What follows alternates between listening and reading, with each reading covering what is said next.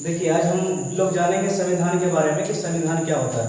आप लोग ठीक है? हाँ देखिए, सबसे पहले जानते हैं संविधान क्या होता है। जिस तरह से किसी स्कूल को चलाने के लिए एक रूल्स और रेगुलेशन की जरूरत होती है, उसी तरह से किसी शासन को चलाने के लिए, एक देश को चलाने के लिए कुछ नियम होते हैं, कुछ रूल्स होते हैं।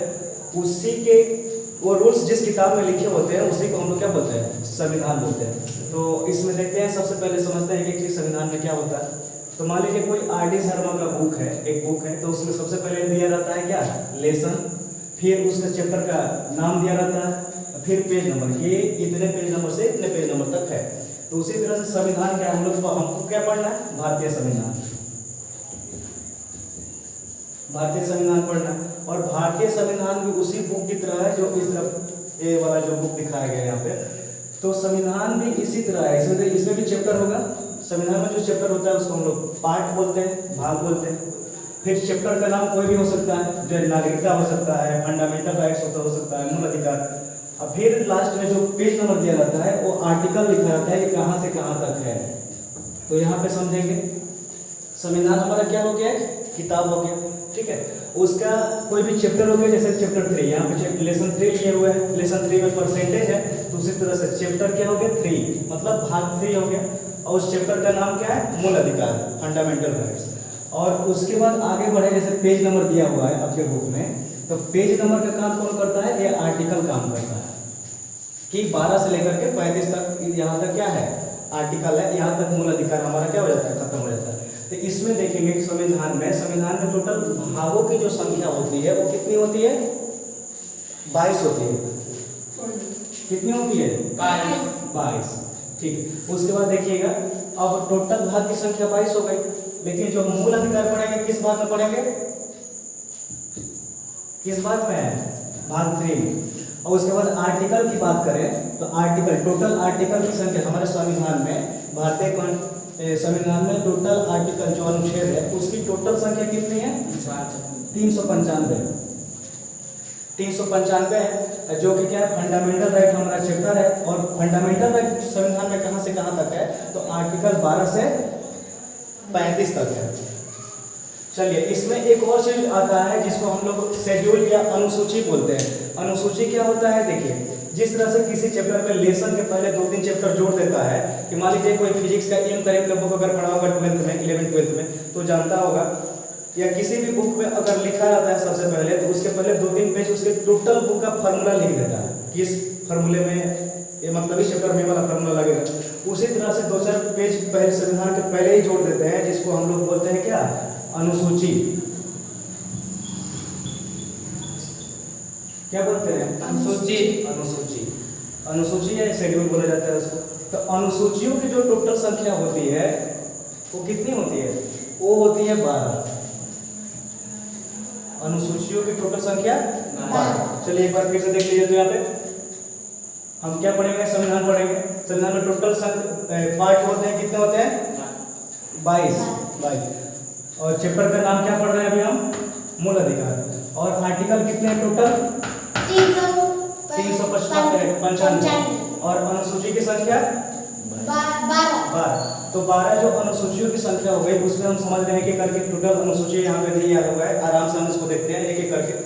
6 इस तरफ है, 6 इस तरफ, याद करने में थोड़ा आसानी होगी। देखिए, पहला अनुसूची क्या कहता है? पहली अनुसूची ये कहती है कि भारत जो है राज्यों का क्या होगा? संघ होगा। भारत एक राज्यों का संघ होगा, मतलब कि कई राज्य को मिलाकर के ये देश बना हुआ है। यूनियन, यहाँ पे इसका मतलब होता है यूनियन है। देखिए, संघ का इंग्लिश वो होता है यूनियन और फेडरल। यूनियन और फेडरल। तो फेडरेशन कंट्री, फेडरल कंट्री क्या होता है? तो फेडरल कंट्री का मतलब ये होता है कि अगर जरूरत पड़े तो कोई भी राज्य उससे क्या हो सकता है?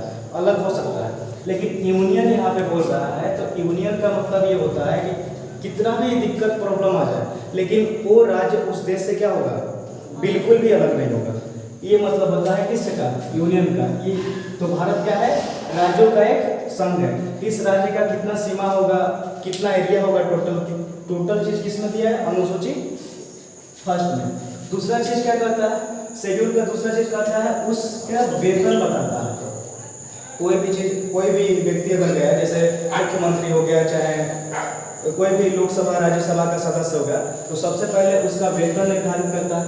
चाहे प्रधानमंत्री क्यों नहीं हो गया तो उसका वेतन पहले बताता है। अब देखिए अनुसूची 2 क्या कहती है, वेतन बताती है। अनुसूची 3 क्या कहती है, शपथ, जिसको इंग्लिश में ओथ बोला जाता है। शपथ दिलाएगी सबसे उसके बाद पहले वेतन, फिर शपथ, अब फिर क्या, राज्यसभा। देखिए संविधान बनाना वालों की थोड़ी मेंटेलिटी यहाँ पे बहुत हम तारीफ करनी पड़ेगी कि सबसे पहले वो भी डिफाइन कर दिए, तो वेतन, शपथ, फिर राज्यसभा। मतलब कि अगर आप जॉब इंटरव्यू के लिए भी जाते हैं तो सबसे पहले आपका सैलरी डिफाइन किया जाता है, पूछा जाता है आपसे कि आप क्या कितनी सैलरी लेना चाहेंगे, और फिर आपको शपथ भी दिलाई जाती है कि आप पूरे निष्ठा से क्या करेंगे, कहीं पे भी वर्क करेंगे, काम करेंगे, और उसके बाद आप क्या कर देंगे, जॉब स्टार्ट कर देंगे, अपनी सर्विस देना शुरू कर देंगे। तो उसी तरह से पहले वेतन, फिर शपथ, फिर राज्यसभा। राज्यसभा किस सूची में है, चौथी अनुसूची में, 4th शेड्यूल में। अब फिर देखिए 5 शेड्यूल SC ST को बोलता है। SC ST से रिलेटेड कोई भी लॉ होगा वो 4th अनुसूची में होगा। अब फिर 6 क्या होता है, 6 में बात किया जाए 6th शेड्यूल में, तो 6th शेड्यूल कहता है पूर्वोत्तर। मतलब पूर्वोत्तर जो, मतलब ये अगर हमारा इंडिया हो गया,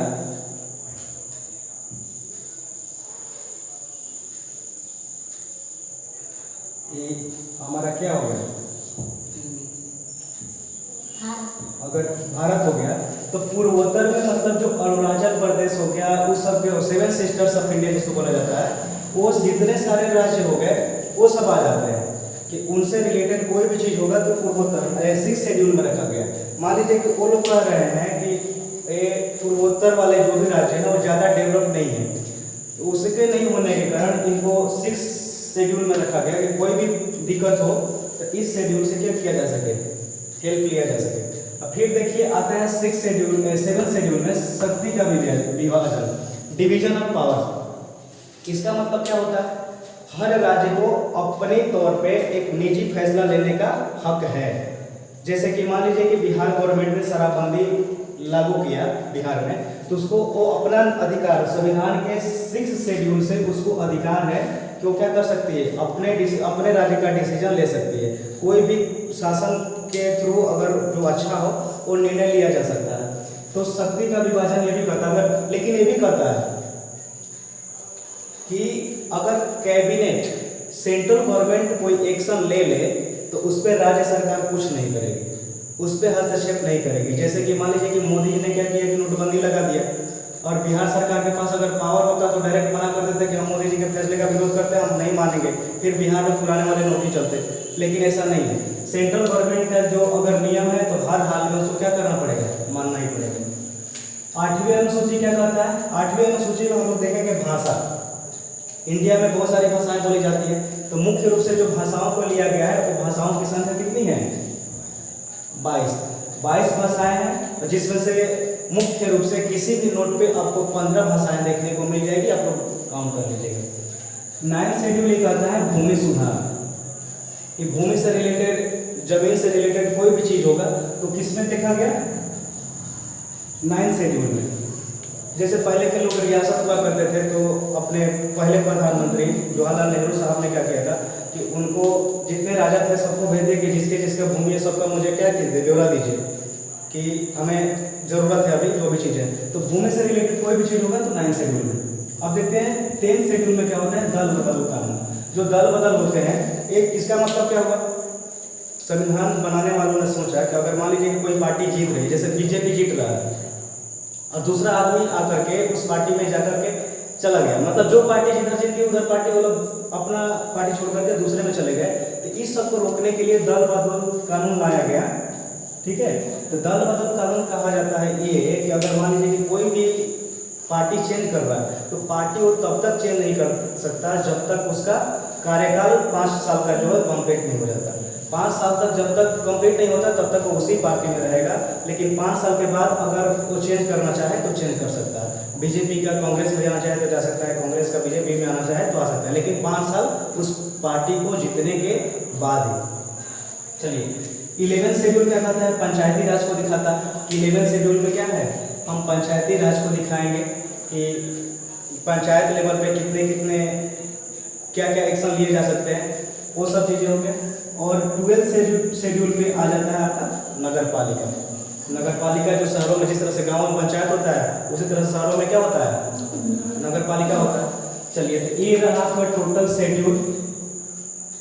पहली अनुसूची हो गई टोटल अनुसूचियों की संख्या 9, ठीक है, सॉरी 9 नहीं 12 है। तो अब चलिए ये सब तो देख लिए। अब हम लोग नेक्स्ट वीडियो में मिलेंगे जिसमें हमने इस बात का जिक्र करेंगे सबसे पहले पार्ट 1 के बारे में कि पार्ट 1 क्या कहता है। पार्ट 1 में कितना से लेकर कितना तक आर्टिकल है, तो पार्ट 1 में हम लोग पढ़ेंगे 1 से लेकर के 4 तक, आर्टिकल 1 से 4, particle union and it's territory. चलिए नेक्स्ट वीडियो मिलते हैं। जय हिंद।